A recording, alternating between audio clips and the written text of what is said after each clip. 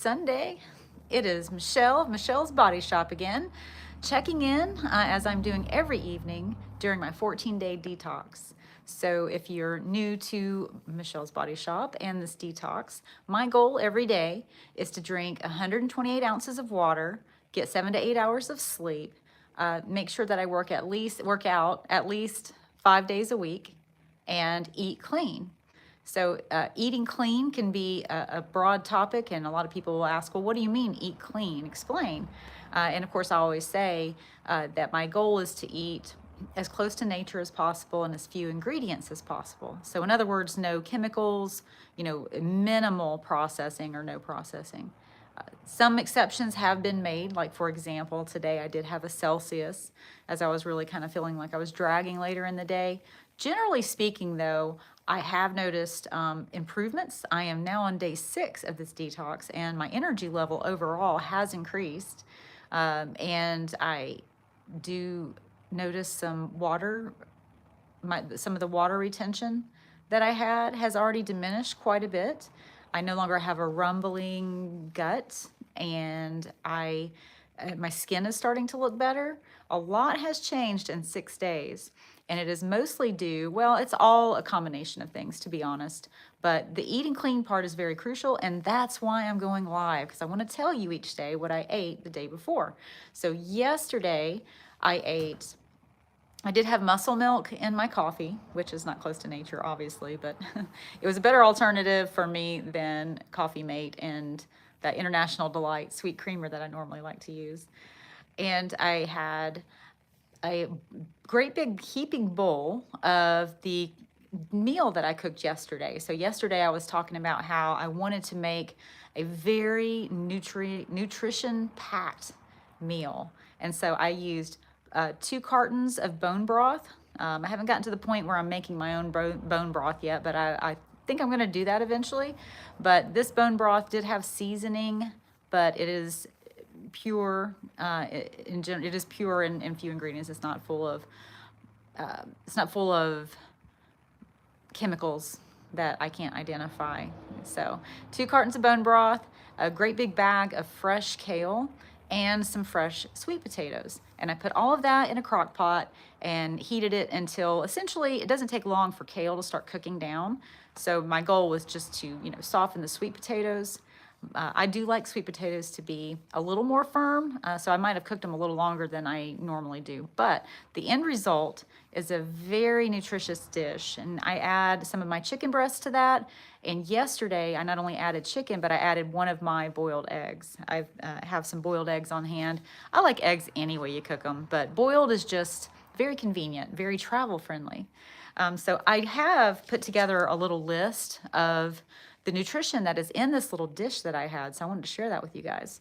I've got to put my glasses on because my eyes are no longer youthful. All right, so for the sweet potato, it is all packed with fiber, beta carotene, vitamin C, vitamin E, potassium, manganese.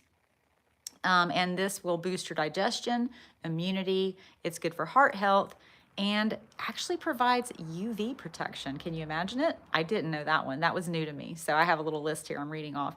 Kale is full of antioxidants, also vitamin C, vitamin K, which is essential for absorbing calcium, which is very important to me as a woman who is actually mid-menopause and having bone density issues. Hence my weight-bearing exercise lifestyle. Okay, kale also has beta carotene, and this is good. Kale is good for immunity, for weight management, eye health, heart health, and more. So bone broth. Number one reason why I chose bone broth, I knew about this one. It's really great for collagen. Will provide you with lots of collagen, which is essential for basically your entire body. But I'm thinking a lot about bones. I'm thinking about joints. I'm thinking about skin. So yeah, collagen and bone broth, big deal. Amino acids, calcium, magnesium, potassium. It's great for joint, gut, skin, muscle recovery. And there's some studies that say it could potentially improve your sleep. So yeah, that's one meal that I'm having every day, because actually I made a pretty big batch of it, so I have enough to last me several more days, and I'm eating it every day.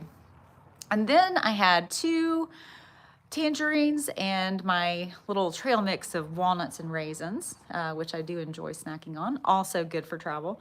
And then last night I had some of Ryan's, what I'm calling chicken soup, is really actually more of a fork meal than it is a spoon meal, because it had a wheat grain that he added to the chicken soup, which really absorbed a lot of the liquid. But it's very delicious. So, you know, he slow cooked the chicken. It has carrots, celery, and cabbage. Sorry, I'm trying to remember, and onions in there. And he did add some chicken broth to the soup. But anyway, the wheat grain is called farro, and I wasn't familiar with it. I did check the ingredients to make sure it wasn't some crazy processed whatever. I mean, it looked clearly like a whole grain, and sure enough, it had one ingredient, farro wheat, and that was it. So that's a win for me as a person who's not counting carbs right now, and that would be a complex carb anyway, which is friendly for you. You know, you want to avoid, you know, right now I'm not avoiding anything that's natural and, you know, simple, clean. But anyway, even when you're counting carbs, you can allow yourself to have some complex carbs. You want to stay away from simple carbs, simple sugars, processed sugars. But anyway, so I had some of that heaping. What was soup is now like a fork meal. I don't even know what to call it, to be honest. And then I also stir fried some of the vegetables that I bought last week. So my favorite of the fresh vegetables that I stir fry is bok choy. Bok choy is definitely high on the list of foods that are calcium rich. So and plus it's just plain delicious.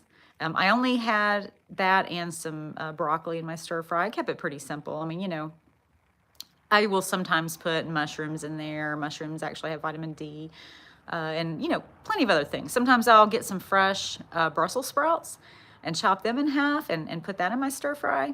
Sometimes I'll make kind of a stir fry that's really almost more steamed, you know, like I'll put a little bit of like chicken broth in there. But this time I did use some oil, but I used coconut oil and a little bit of olive oil. Sounds like a strange combo, but and then I seasoned it with some allspice, or not allspice.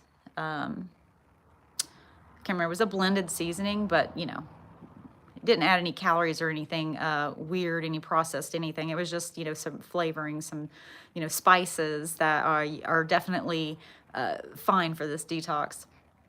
Especially garlic. Now, let me tell you, garlic has its health benefits as well. So anyhow, this stir fry was out of this world, and I like to cook my fresh vegetables just enough to be slightly tender, but still a little bit firm, a little bit crisp. And that's not only, in my opinion, more delicious, but it's also the best way to preserve the nutrition in the vegetables. You don't want to cook them to death, because you do actually kill the nutrition when you do that.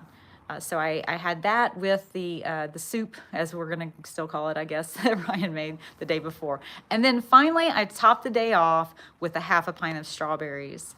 And I love having dessert, fruit dessert. I love fruit anyway. I could honestly eat fruit all day, especially watermelon.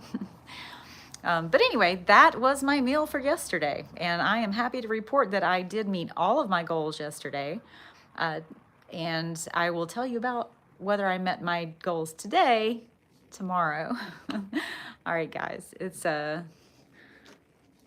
appreciate all of you that stumbled upon this live post, and I will talk to you guys tomorrow.